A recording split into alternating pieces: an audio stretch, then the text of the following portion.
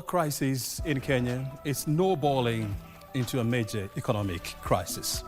And this is coming at a time when the US and Iran are hoping to strike a deal that is expected to end almost 3 months of hostilities, which have pushed the global economy into a spin. Will the deal go through? And what will be the future of oil prices? Good evening and thank you very much for joining us. We are live from Broadcasting House and my name is Kimani. You're watching the Prime Edition. We have a detailed coverage of the day's events and you're watching this newscast live from Broadcasting House. We have more details coming up after the highlights.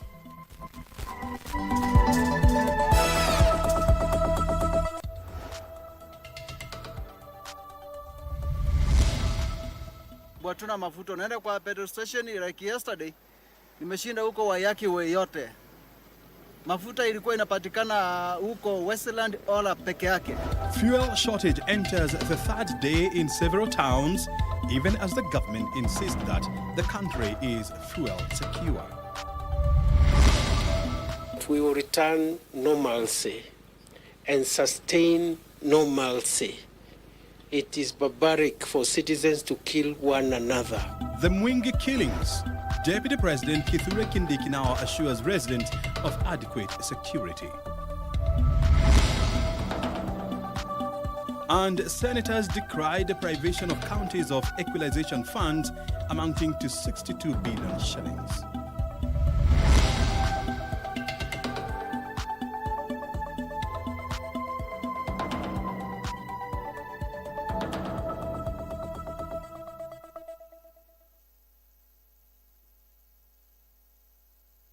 Welcome to the country's most trusted newscast. My name is Kimani. Our sign language interpreter is Lucy Mwache.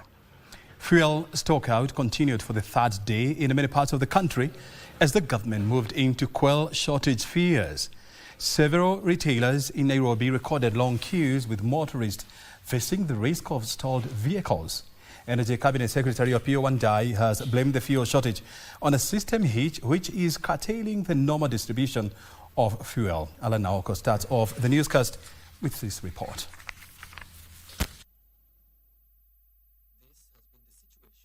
Nairobi and many other parts of the country. Frustrated motorists have been spending hours to energize their vehicles. The situation has been building up over the last week as supply chain disruptions affected many retailers. Data from the Energy and Petroleum Regulatory Authority, Kenya's average daily fuel consumption stands at approximately 15.4 million litres, with diesel being the most consumed at 9.1 million litres per day. Driven by public transport, heavy-duty trucks and industrial machinery, super petrol stands at 6.3 million litres per day, primarily used by private passenger vehicles and motorcycles. Sababu hatuna mafuta naenda kwa petrol station like yesterday, nimeshinda huko Wayaki way yote. Mafuta ilikuwa inapatikana huko Westland Ola peke yake. Ishi ya mafuta imekuwa ngumu sana, unapata unazunguka kama sasa hivi nimeingia petrol station kama 3. Mimi hapa leo kuna shida kidogo, mafuta yako kwa upungufu sana. Ukuje kwa wingi kama hapo nyingi. Now the government has moved to allay fears, insisting that Kenya is fuel secure. We have got adequate fuel supplies in the pipeline system. Honorable Speaker, all the products, petrol, diesel, kerosene, jet fuel, Honorable Speaker. Responding to questions by members of the Senate, Energy Cabinet Secretary Opiyo Wandayi has said the government is engaging with oil marketers and the Kenya Pipeline Company. I just want to appeal to Kenyans to be patient and to bear with us as we address some of these small hitches. This comes even as public health practitioners warned of a looming health crisis caused by high sulfur content in fuel used locally. The presence of sulfur in anything can cause a lot of health issues. Like I've said, the issue to do with the upper respiratory inspections and also the issue to do with the pollution. The 6-month waiver that targets both petrol and diesel is meant to alleviate fuel shortages amid fears that the sulfur emissions could lead to an increase in respiratory diseases. This comes even as countrywide motorists confirm if fuel stocks are back to normal. Alan Naoko, prime edition. Thank you, Alan Oko, for that report. President William Ruto received letters of credence from 3 new envoys to Kenya at State House today, that is on Wednesday. The ambassadors are Paulo Neves Ponchino of the Republic of Portugal, Matt Borg from United Kingdom, and Gabriel Pendureni Sinimbo from the Republic of Namibia. He is now beginning his tenure of Ambassador of Portugal to Kenya. Before his new posting to Nairobi, Ambassador Ponchino served as Portugal's envoy to Pakistan, also accredited to Afghanistan, and as ambassador to Qatar from the year 2022. He joined the Portuguese Foreign Service in the year 1990 and served in multiple embassies, consulates and multilateral missions of Portugal abroad, including the Embassy of Portugal in Mexico, Consul General of Portugal in Newark, Goa and Paris, and also served in Portugal's mission to the Council of Europe. The historic and cultural bonds uniting our two nations are long-standing and profound. Common cultural heritage in Mombasa and Malindi are important symbols of that deep connection. Born in the year 1962, he studied philosophy at the University of Coimbra. He is married with 3 children. He holds qualifications in electrical training, marketing, public administration, and international trade. Ambassador Borg's career spanned senior security, diplomacy and development roles within the United Kingdom, culminating in his appointment as British High Commissioner to Kenya in April the year 2026. He served as the Director for Immigration and Conflict at the Foreign, Commonwealth and Development Office. Before that, he was the Director of Euro-Atlantic Security between the year 2022 and the year 2024. From 2010 to the year 2013, Ambassador Borg served as the British envoy to Somalia, the first such appointment in 2 decades. He graduated from the Higher Command and Staff course in the UK Defence Academy in the year 2010. Before his posting to Nairobi, Ambassador Sinimbo served as High Commissioner in Tanzania with concurrent accreditation to Kenya, Rwanda, Burundi, Uganda, Comoros and Somalia. He previously served as High Commissioner to India and has held senior public service and private sector roles. Reaffirm Namibia's commitment to deepening our cordial bilateral relations and commend Kenya's leadership and hospitality in hosting the Africa-French Summit. On receiving the credentials, President Ruto welcomed and urged them to deepen cooperation and expand opportunities for mutual benefit of both nations. Do accept your letters of credence and authorize you to pursue the interests of your country within Kenya's territory and within the law, and by so doing, promote to the widest possible the mutual aspirations of the people of our two nations. Present were Deputy President Kithure Kindiki, Prime Cabinet Secretary and Cabinet Secretary for Foreign and Diaspora Affairs Musalia Mudavadi, among others. Michael Mondiga for Prime Edition. Elsewhere, Deputy President Kithure Kindiki has assured residents of Kitui County that the government has firmed up security following recent killings in Sekuru and Kathungu areas.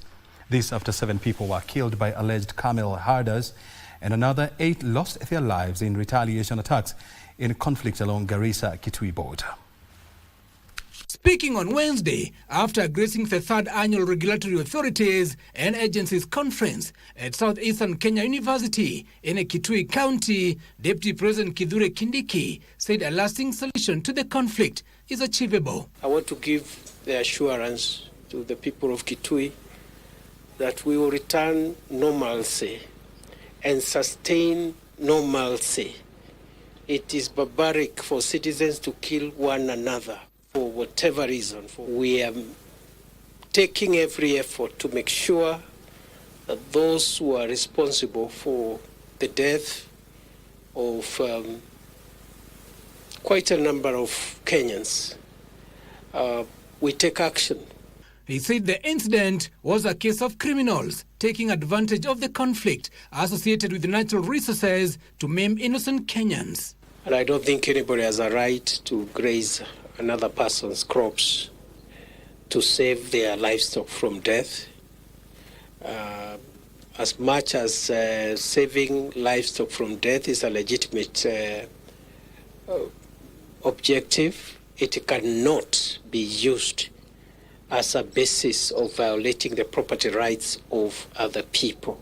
Kindiki warning that anyone involved in the conflict, be it a political leader or a government official, will not be pardoned. Even between there is a political leader or a member of government who is involved, that should not be a difficult thing because, you know, crime is just crime.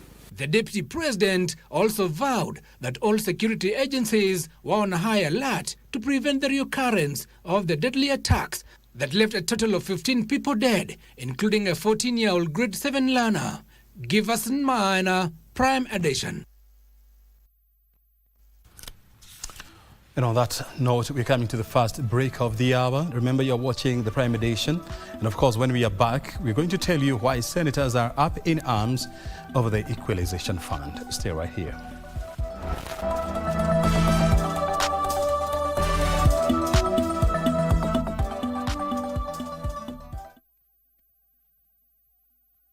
Nairobi, your time is now.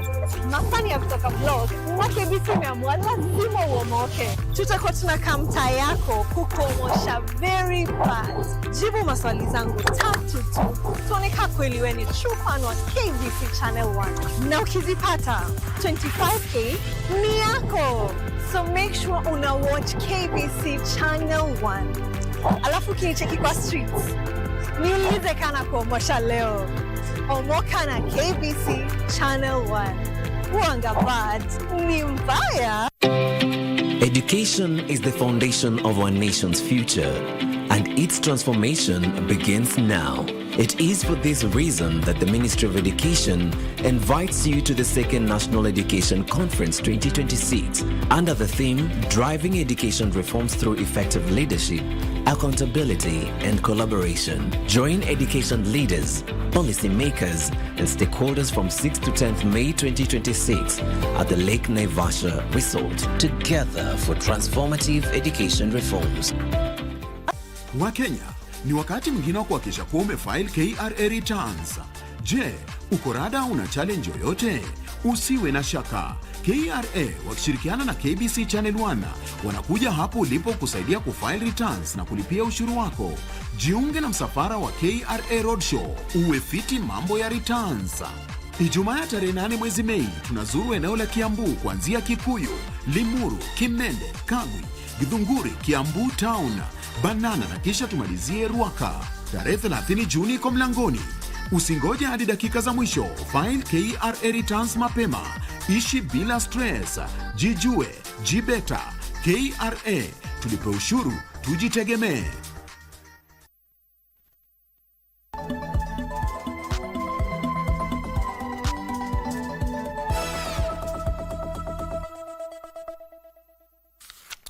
Welcome back. Senators are calling for urgent reforms on the Equalization Fund to ensure the monies benefit the intended communities. During a heated debate on Wednesday afternoon, lawmakers raised concerns over delays in the disbursement of the fund, requesting the Exchequer to fast-track the disbursement of the funds. Debate by senators while considering the Equalization Fund Appropriation Bill of 2025 brought to the fore deep-seated challenges that the lawmakers say have affected the purpose intended by the fund.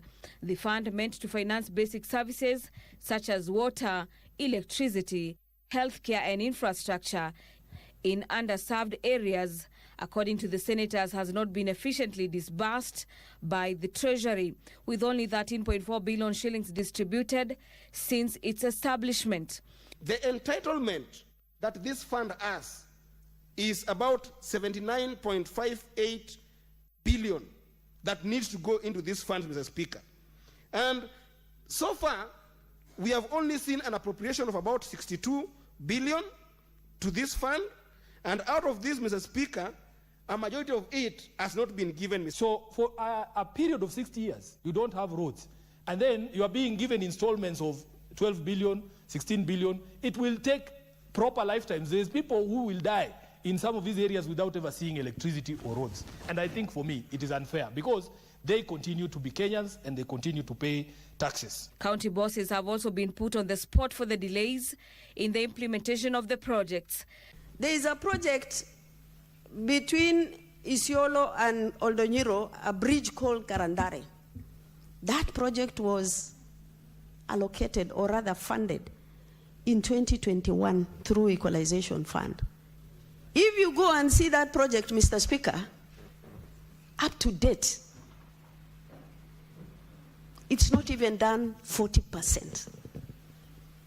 People who are using that road and that bridge are still suffering. So long as there's no complete project, so long as it is an array of a building that is at 60%, a bridge that is on 20%, Mr. Speaker, another hospital that is at 70%, it will never make sense to people, Mr. Speaker. In fact, the ultimate measure, Mr. Speaker, of a good manager of resources, a good governor, a good county government, Mr. Speaker, should be measured by projects that begin from start to completion. In the financial year 2025-2026, counties under the equalization were allocated 10.6 billion shillings, with the next financial year's allocation being 16.8 billion shillings. This 16.8 billion, I hope this amount will be put into good use so that we reduce the number of counties that are going to be qualifying for Equalization Fund as we progress. May this House take note and make sure that we can be able to bring a stronger conversation on the honoring of what has been appropriated. The senators have vowed to push for a clear strategy to ensure timely release and effective utilization of the funds, as well as full settlement of the arrears. For Prime Edition, I'm Gladys Mungai. And many thanks, Gladys Mungai, for that report. A new campaign aimed at tackling the growing burden of lifestyle diseases in the country has been launched in Nairobi County, with health advocates now raising concerns about what is increasingly ending up as on Kenyan plates. The campaign by Food Policy Coalition Kenya brings together like-minded partners, including health advocates and religious organizations. It includes champions of clear front of pack warning labels on processed foods. The Ministry of Health estimates that nearly 39% of deaths in Kenya are linked to non-communicable diseases, with the hospital admissions also on the rise. Today, the Food Policy Coalition Kenya has launched a campaign calling for clear front of pack warning labels on ultra-processed foods. These labels are designed to help consumers easily identify products high in sugar, salt, and fats. The high prevalence of non-communicable diseases is placing an increasing pressure on families, communities, and the healthcare system in the country. By making products easier to compare and understand, they empower consumers to make healthier choices for themselves and their families. Consumers who are familiar with back-to-back information found it complex and difficult to interpret, and many do not take the time to read it before making purchase decisions. Every Kenyan has the right to clear, easy to understand information about the food they consume. Let's now move to the corridors of justice, where former KPP Member of Parliament and Minister for Lands Amos Kimani has been acquitted in a case involving a 25-acre parcel of land in Jabini, Nyandarua County. Kimani, who had been charged alongside two others who were accused with abuse of office, breach of trust and disposing of public property while serving as Minister of Lands in early 2000, had denied issuing verbal directions for the land alienation to Farmers Training Centre. While acquitting them, Chief Magistrate Harrison Barasa said the prosecution failed to prove beyond any reasonable doubt that the three charges against them. The conclusion of the court is that the prosecution has failed to prove their case on all the remaining counts as against all the accused persons beyond any reasonable doubt. It finds the accused persons not guilty as charged and hereby proceed to acquit them under Section 215 of the Criminal Procedure Code. We are happy that the long journey has come to an end, and we hope that it will happen to all other Kenyans seeking justice. That the same, truth always, prevailing will prevail for all other Kenyans who may be suffering from similar circumstances. Free to pursue my other pursuits in life. Of course, not politics anymore. That one I have retired from. I would like now to use my energy to inspire and mentor the young generation. You might find me in some lecture rooms using my doctorate now to impart knowledge. I couldn't do that while appearing in court, because then my students will be like saying, are we being taught by a guilty person or an accused? So now I'm free to venture into some of those things. And I hope to see some of you in those classes.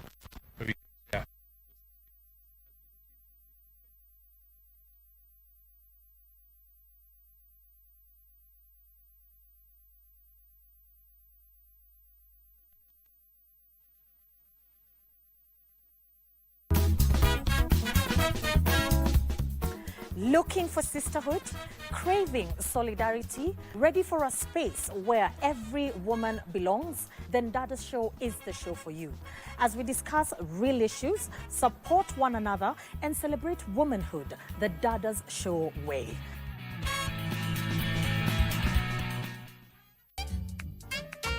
I never felt this way before. You don't have other plans? How about you come to my place? Back in the day, if you said that, it would mean you're firing us. A personal matter affected you. And your promotion. I'm really sorry. He lives here too. Every day. He only talks to the staff or the guests. Does he really know more about feelings?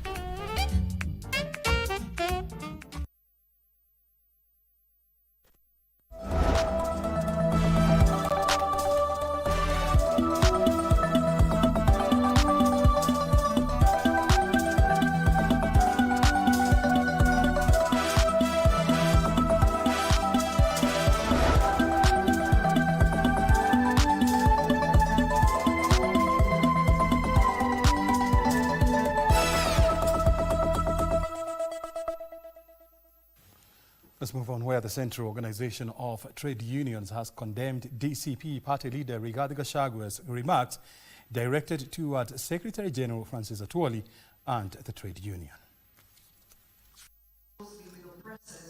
We have a labor union led by a Secretary General, sorry to say, a professional broker. The staff union, the management, the supervisors, all of us are rallying call to replace COTU with the new labor. It is the remarks by former Deputy President Rigathi Gachagua proposing an alternative workers' organization separate from COTU that is not syncing well with the trade unionists. We are not fearing as many centers possible. They can bring many centers. The law, the requirement is that the most representative national center is the one that is recognized by governments of each country and by extension by ILO. And our constitution provides that every worker has a right to join a union of his choice. So this is not a threat. So when Atwoli has been elected, then they need to wait until that time that we will exceed, so that if they are able to come.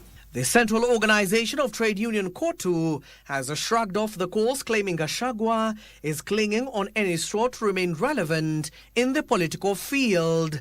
We wish to inform him that trade unions are not political chaos created for overnight to satisfy wounded egos or personal vendettas. KOTU is a largely established national labor center. Led by their chairperson, Reverend Joel Chebi, and the Deputy Secretary General of KOTU, Benson Okwaro, the union is accusing the DCP party leader of sowing seeds of doubt regarding the implementation of the recently announced 12% increment for general wages for workers and 15% for farmers announced on Labor Day in Vihiga County. They should know that KOTU, we are doing what we are required, and we are elected individually through our, workers from industries.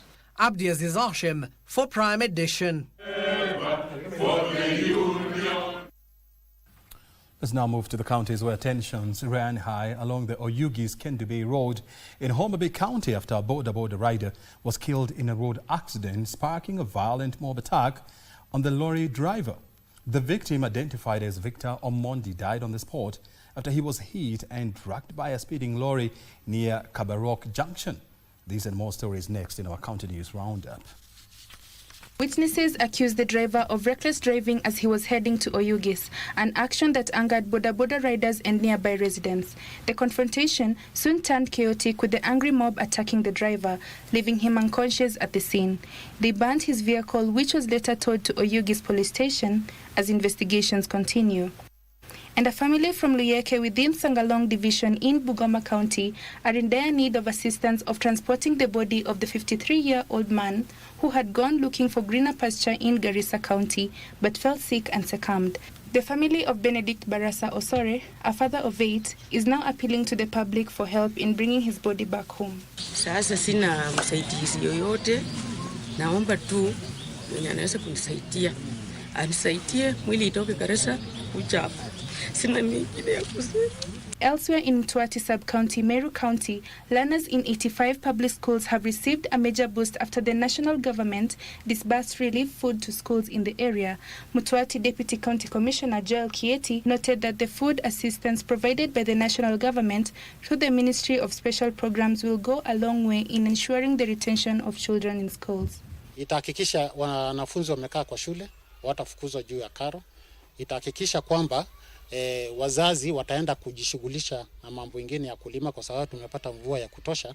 Kwa hivyo hatakuwa na upungufu ya kupoteza wakati wa mashule zile zinapata hii chakula. Hii chakula msifukuze mwanafunzi kwa sababu ya karo, akae kwa shule, akule, asome, kwa sababu chakula iko kwa kutosha. Hii tamu mimi sitarajii kupatana na mtoto pale kwa jia akisema amefukuziwa karo. Kwa hivyo tunashukuru serikali, hata mwalimu amekubali, itatosha kwa huu muhula. Finally, recent appointments to the board of Kisii National Polytechnic have sparked outrage from civil society activists in Kisii County, who are now calling for immediate cancellation, warning that failure to do so could trigger protest. The board appointments controversy comes amid ongoing leadership disputes at the institution following the transfer of the principal, among other issues. PS TVET Kenya, in fact, to follow up very quickly, else tutapanga maandamano kwa sababu haya maneno ambayo yamekuja ni wizi umepangwa ili kuiba pesa ya wananchi, na inahitaji ya kwamba yule ambaye atakuwa chair akona experience which is enough, managerial experience which is enough from the private sector or the public sector. Michelle Mudeu for Prime Edition. And you're watching the Prime Edition, and of course business news is coming up next after our second break.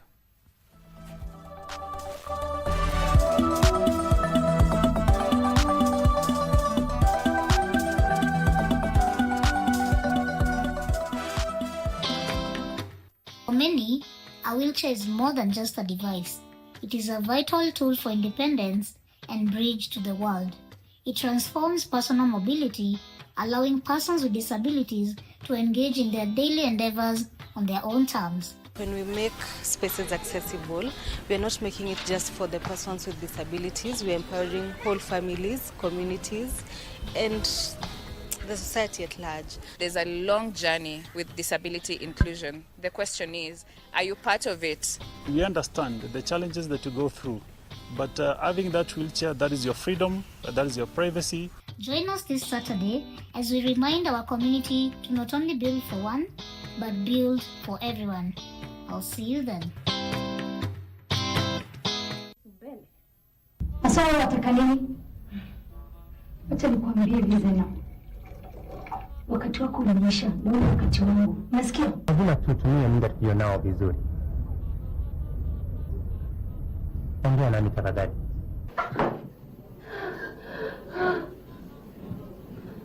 Kusudi la sarakasi ni nini? Kwani Maimuna anaenda? Kwani unafanya nini tena? Toki hapa mpaka niajadili ninayoongelea, sawa? Beko, niache. Hebu nisikize. Sitaki kusikiza, sitaki kukuona. Nikirudi hapa, sitaki kupata, kishasikia?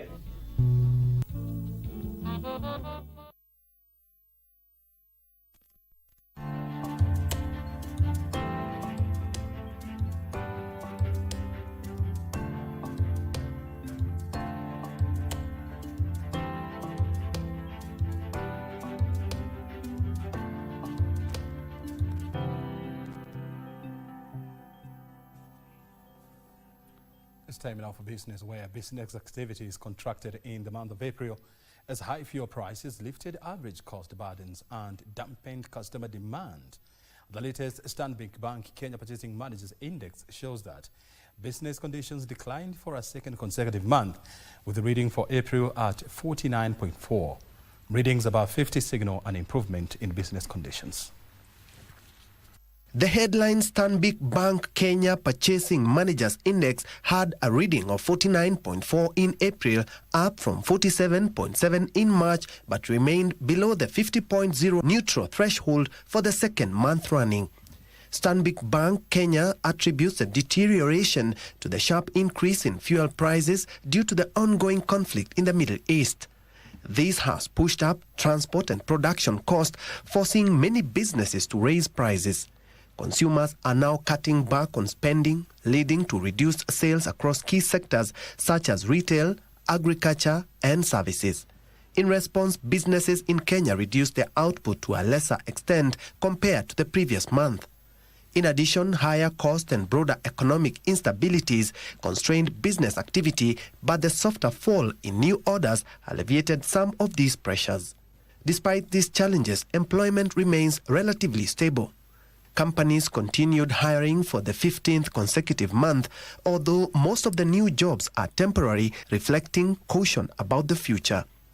Business confidence slipped for the third month in a row, but remained positive overall. Furthermore, businesses look to develop plans, diversification efforts, and marketing spending as drivers of optimism. Kenya is banking on the ongoing development project in the Horn of Africa region to optimize Lamu Port, South Sudan-Ethiopia transport corridor, better known as LAPSUT, to boost trade and support economic growth. Regina Manyara now joins us from Garabatula as the Kenya National Highways Authority tracks the progress of the Horn of Africa project. I am committed to delivering on that 750 kilometer of road from Isiolo to Mandera, because for a very long time we have left northern Kenya behind. And as the multi-billion shillings project takes shape, once sleepy pastoralist outposts such as Kulamawe, Garbatula and Modagashe are growing. Communities living along the project road at Kulamawe, Garbatula, Boji, Kambisamaki, Eldera, onwards. These are settlements along the project road. At the peak, we had about 600 number of these local staff employed within the project. The Horn of Africa Development Project is upgrading this vital 100-kilometer plus feeder route, feeding traffic directly into Lamu Port, South Sudan, Ethiopia transport corridor, LAPSUT's main link.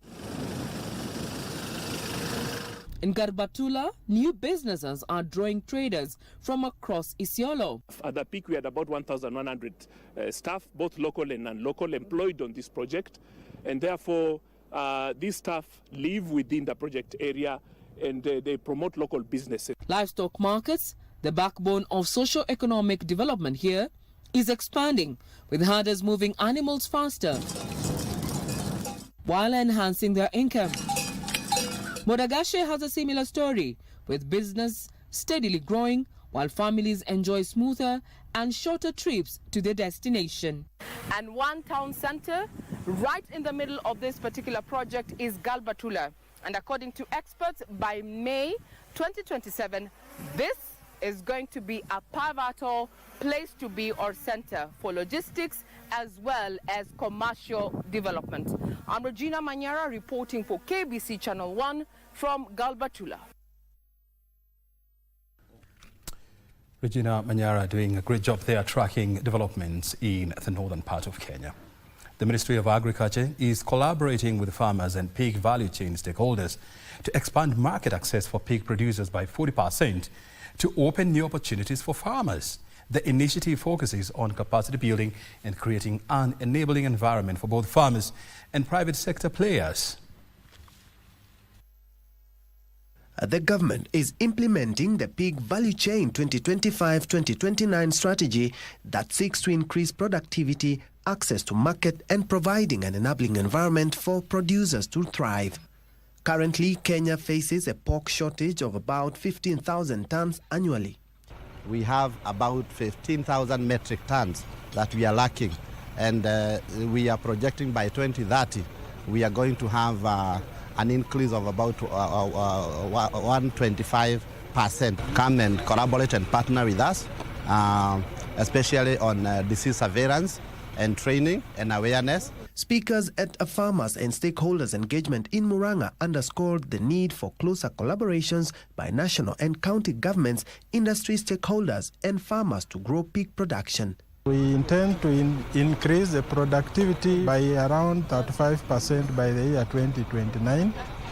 Two, we intend to increase access to markets for pig producers by 40% by the year 2029. The key focus of the engagement is to double pork consumption from the current 400 grams per capita to 800 grams per capita, in line with the global nutritional recommendations, while unlocking market opportunities for farmers and improving food security and nutrition. The pig value chain today it has about 1.5 million households participating in it. So if we double this, we are talking about 3 million. And assuming every household in Kenya today has about 5 people, if you have 3 million, you are talking about 15 million Kenyans, which is 25% of the population. Pork is quite superior when it comes to nutrients such as selenium for immunity, vitamin B1 for energy, protein, as well as it is tasty and easy to cook. For Prime Edition, I'm Ben Troyenjue. The Anti-Counterfeit Authority has impounded a consignment of contraband auto spares in Kisumu. The consignment is believed to have been illegally imported from a neighboring country and was destined for distribution in Kenya. As Wycliffe Okech reports, the Anti-Counterfeit Authority is cautioning Kenyans to be vigilant when purchasing auto parts and other products. The Anti-Counterfeit Authority on Wednesday mounted a crackdown in Kisumu, nabbing contraband motor vehicle spare parts. We have seized counterfeit NGK, counterfeit Toyota parts, counterfeit brake pads of known brands. We are looking at the value approximately 30 million. The Anti-Counterfeit Authority says contrabands are rampant in the Western Kenya region due to proximity to neighboring countries, cautioning Kenyans to be highly vigilant. We are looking at the sanity, the products that we are buying. There are health and safety implications of counterfeit products. If you buy counterfeit brake pads, definitely the vehicle you cannot control. You'll get accidents. If you buy counterfeit plugs, you knock your engine, so there's no value for your money. Perpetrators of counterfeiting face fines up to 3 times the value of the commodity and jail terms in some cases. Toyota is complaining, NGK, they are complaining that the market share is being taken by people who are importing substandard and fake products. So that is the reason why the Counterfeit authority is warning anybody who is involved in this trade. We are on the lookout. Alcoholic beverages, electronics, beauty products and farm inputs are the other highly counterfeited goods in Kenya. Reporting for Channel 1 from Kisumu County, I am Wycliffe Okech. Thank you, Wycliffe, for that report. The completion of the 25.5 billion shillings Mwache Dam in Kwale County might be delayed as the project grapples with funding challenges. The National Assembly Committee on Water, Irrigation and Blue Economy Chairperson Kagongo Bowen says the main contractor is owed 2 billion shillings due to funding issues. Mwache Dam was set to be completed late this year after construction officially started in 2023. However, the National Assembly Committee on Water, Irrigation and Blue Economy Chairperson says completion could be delayed as the project faces funding challenges. The National Assembly Committee on Water, Irrigation and Blue Economy says the construction of a water treatment plant and installation of distribution pipelines are still pending due to limited funds. We can have the dam complete, but that water still cannot be utilized, cannot benefit the community when we don't have the treatment plant and the pipeline, which has not yet started. Mwache Dam's main contractor is also owed. The legislators have pledged to allocate the dam 5.8 billion shillings in the next budget for completion of the remaining works and compensation of affected landowners. I want to assure, again, the people of Kwale, the people of Mombasa and the locals here, that this project will not stop because of lack of finance. Because we have come here as members of parliament and we are going to have a meeting with the Treasury to make sure that all the resources they are asking should be provided as soon as possible. Benson Rigoba reporting for Prime Edition. Well, you're watching Channel 1, the Prime Edition, and of course, sports news is coming up next with Wahome.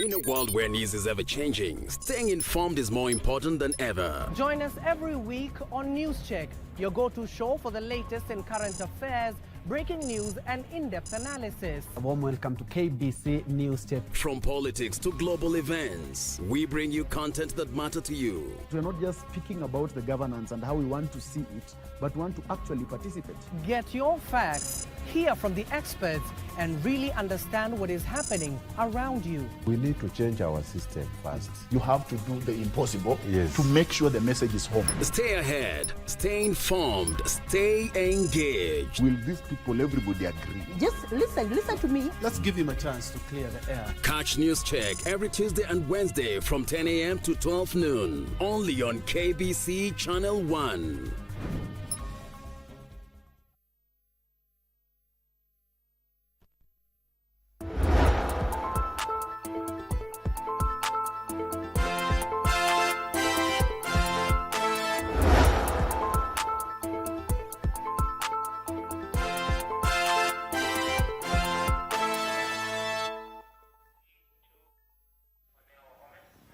A very good evening to you. My name is Daniel Wahome and welcome to Prime Edition Sport.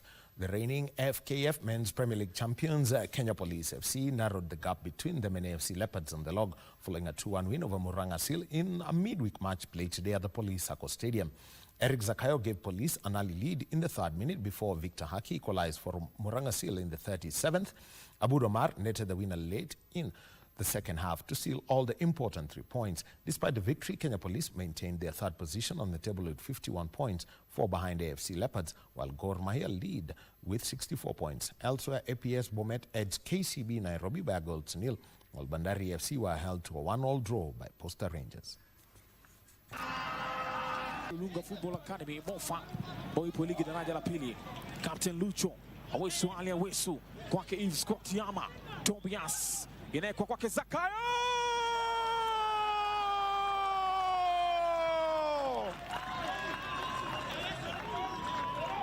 Gava. Joyce Musebe.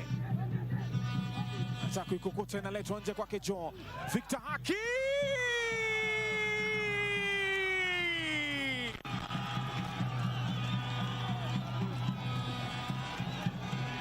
Victor Haki Akwanyi kupitia mpira kama huu. Abud Omar Hamis.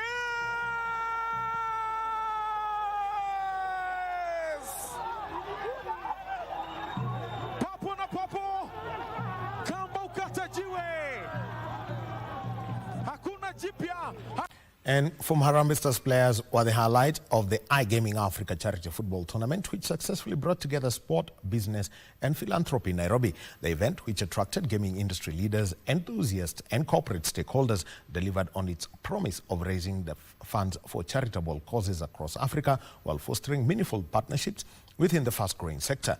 Legendary footballers like Timothy Odera and John Bobby Ogola headlined the tournament, taking part in exhibition matches that drew significant attention from participants and fans alike.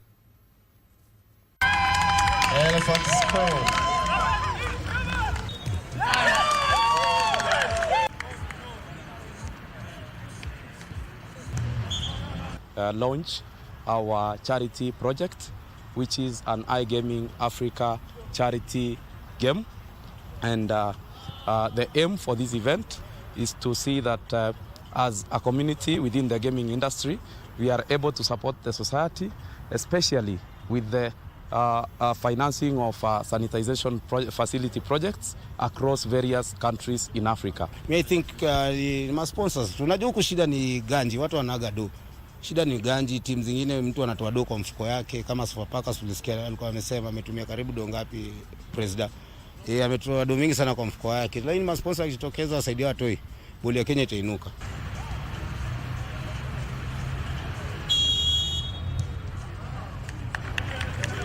Fresh efforts to restore order in Kenya's motorsport scene are now underway after Motorsports Kenya moved to push for its formal registration following a landmark ruling by the Sports Disputes Tribunal. The Federation is now urging the Office of the Registrar of Sports to fast-track its registration process, a crucial step that will pave the way for long-awaited elections and the reorganization of the sport. In its judgment, the tribunal found that the Kenya Motorsports Federation failed to comply with provisions of the Sports Act 2013, effectively rendering it an unrecognized entity. The ruling directed that a new compliant federation be registered to restore governance, transparency, and accountability within the sport. What happens next is straightforward. The sports registrar must now complete the registration process without further delay. Elections will follow, membership will open to all clubs and stakeholders.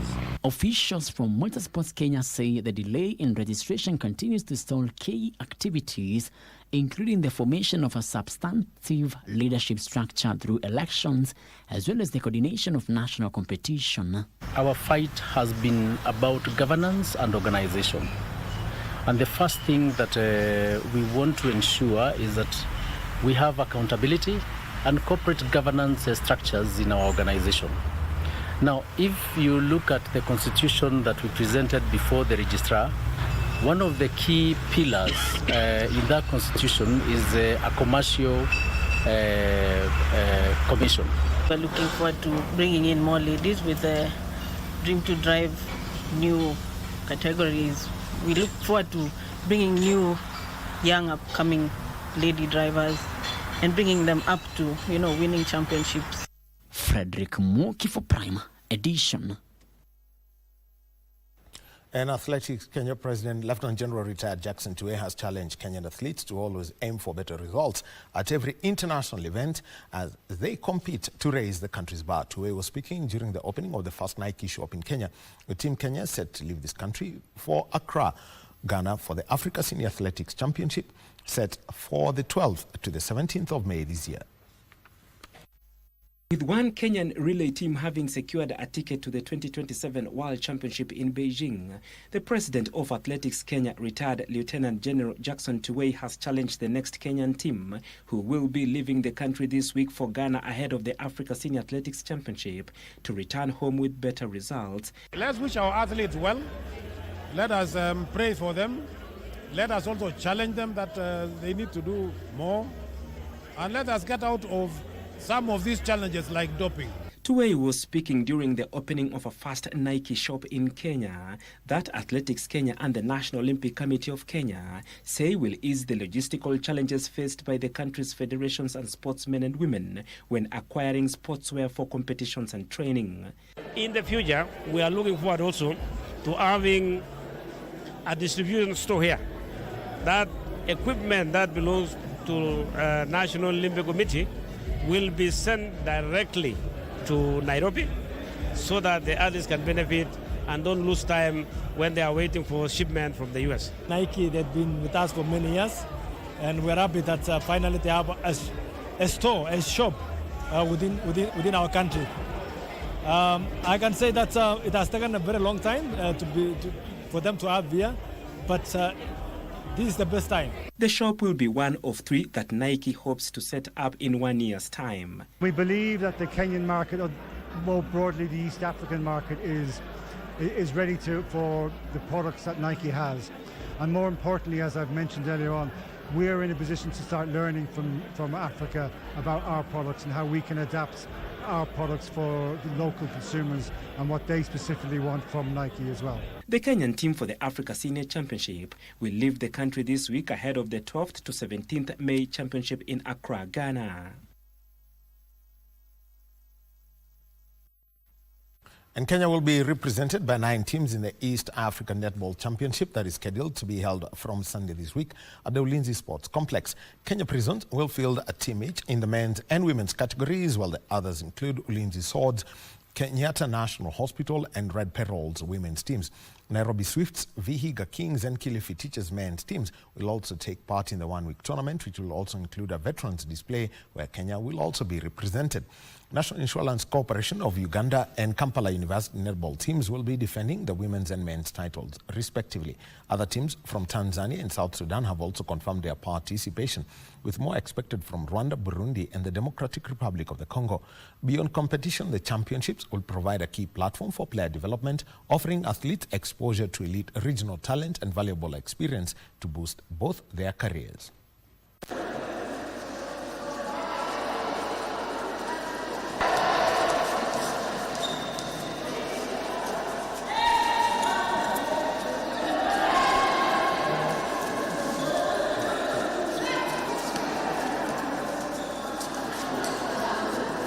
And English Premier League side Arsenal will know their opponents in the final of the UEFA Champions League tonight when reigning champions Paris Saint-Germain face Bayern Munich in the semi-finals at the Allianz Arena. The Gunners reached their... That's the sport for tonight. Time for me to put on my Gideon boots and a khaki suit because there's some reggae vibes coming your way. And Ms. Daniel Wahome, over to you, O'Brien. Well, thank you very much indeed, Wahome. I wish I could join you, but I wouldn't tonight. And with the time coming to 21:54, we are coming to the end of the Prime Edition tonight. Thank you very much indeed for watching the nation's most trusted newscast. With me, O'Brien Kimani, Lucy Maura has been our sign language interpreter. On behalf of the entire production team, thank you very much for your time. Have a good night.